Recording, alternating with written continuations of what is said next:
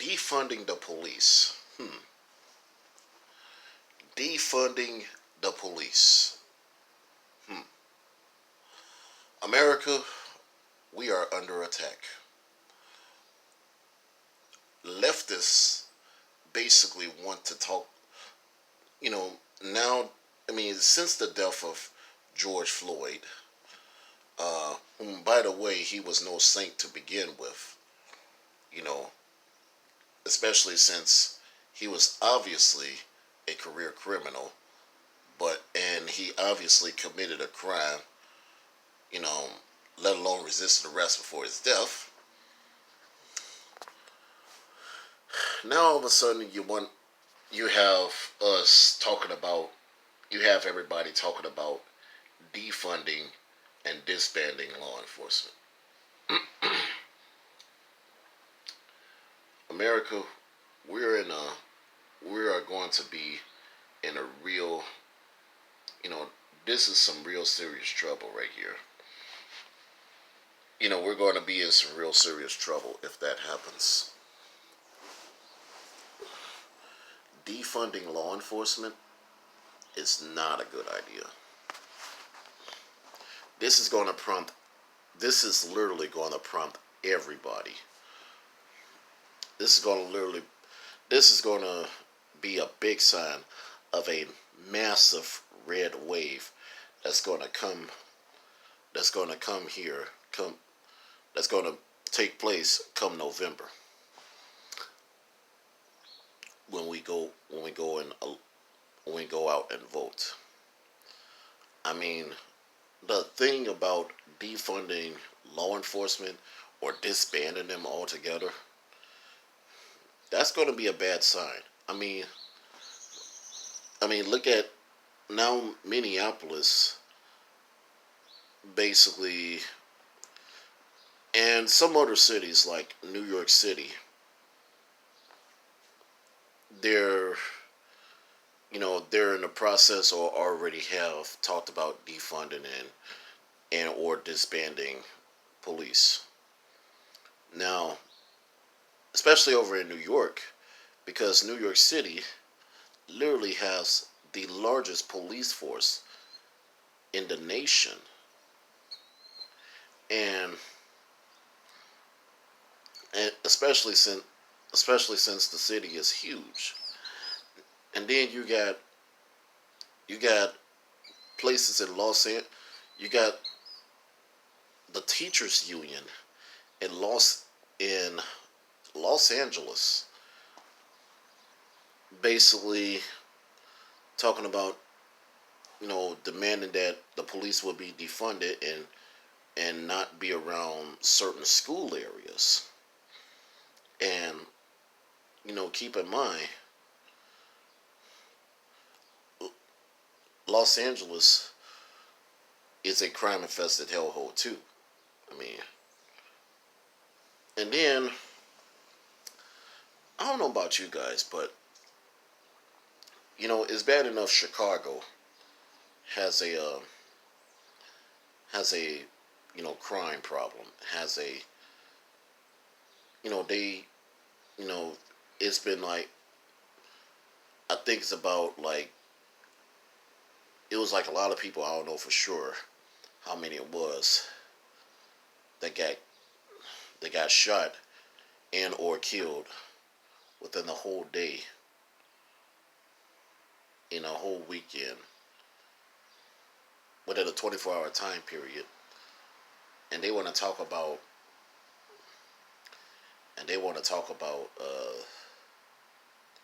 get it talk about defunding the police.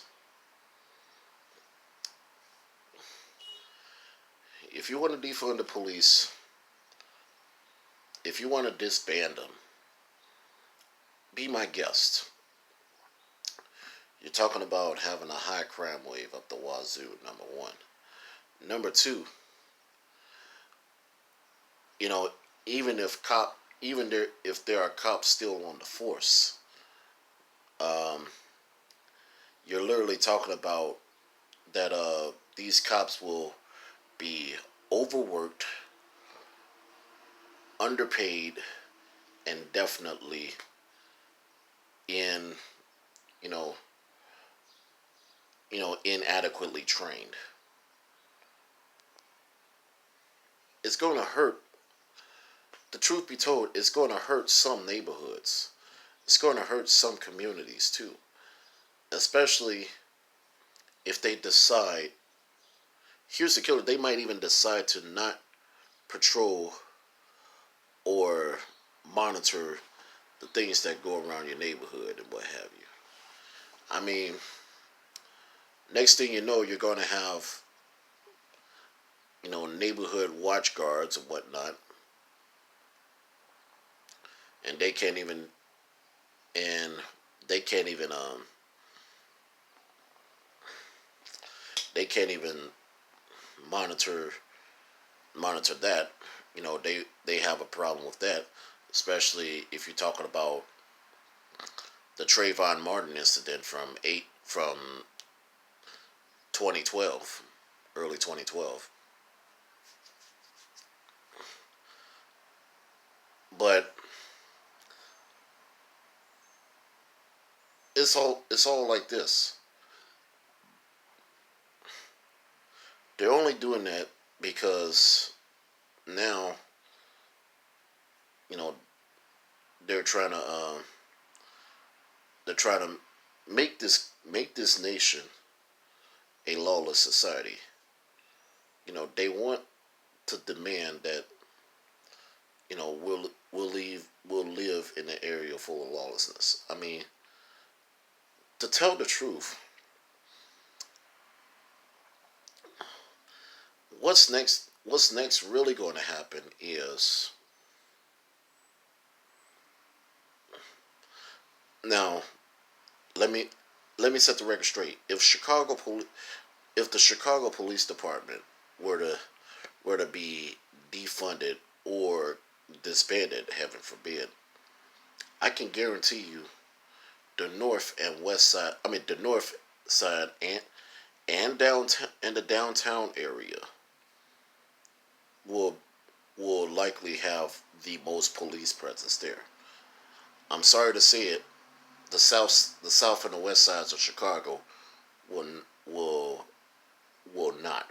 They will have like the least amount of police presence there. And if crime goes on there and the police does show, to tell the truth, you're literally talking about uh, the cops only going to show up there whenever they feel like it. You know, in other words, when the crime is done, when the crimes are done, they're only going to gather evidence, take away the body or bodies, and fill out a report. They will always show up late. And if you want to come, and this is where, and here's the killer. People going to start migrating out of these, uh, crime infested hellholes, and move to the area where they want to have, you know, calmness in the area. I mean, the thing the thing about it is this. I think defunding the police would be, you know, it's not the best of ideas, believe it or not. Now I want to talk about um, these funerals George Floyd is having. You know, now why is it that everybody is all of a sudden, like I've been saying in the past couple of videos, they are literally praising this man as a freaking martyr, when in reality he has done he had a he had a huge rap sheet, when it came to his criminal history. Not only that, he obviously had a had committed a crime, you know, before before the police, came out, before the cops were called on and come out to them. I'm gonna tell you this right here. This is literally Mike Brown, Mike Brown 2.0. I mean, history repeating itself, where where dead criminals are getting praised, and and the innocent people who who who died from who got killed from these from from certain criminals, they're the ones being that are being bypassed. Why is it that you know it was like about, I don't know how many people, like around 20 something people that got shot or killed in a single day in Chicago within a 24-hour time period. But we don't hear, obviously, we don't hear a word from Al Sharpton, Jesse Jackson, Louis Farrakhan, or even Black Lives Matter. Because, and then you got iHeartRadio. iHeartRadio basically talked about, basically had a radio station dedicating to George Floyd's death. Really, iHeartRadio, really. And then what really pissed me off is that companies are jumping on board talking about Black Lives Matter this and Black Lives Matter that. Even the video game industry is jumping on board. Yeah, I'm looking at you, Nintendo. I'm looking at you, Sega. And I'm also looking at you, Activision. I mean, and that's literally it, man. It's this whole fiasco of of this George Floyd fiasco is getting way out of hand, and it's getting really ridiculous. I'm gonna tell you this: Black Lives Matter only care about dead thugs and criminals. I mean, dead, you know, they don't care about innocent black folks who who gets killed by uh, perpetrators who also happen to be black. Don't believe me? Watch Bloody Chicago on YouTube, and you'll see what I'm talking about.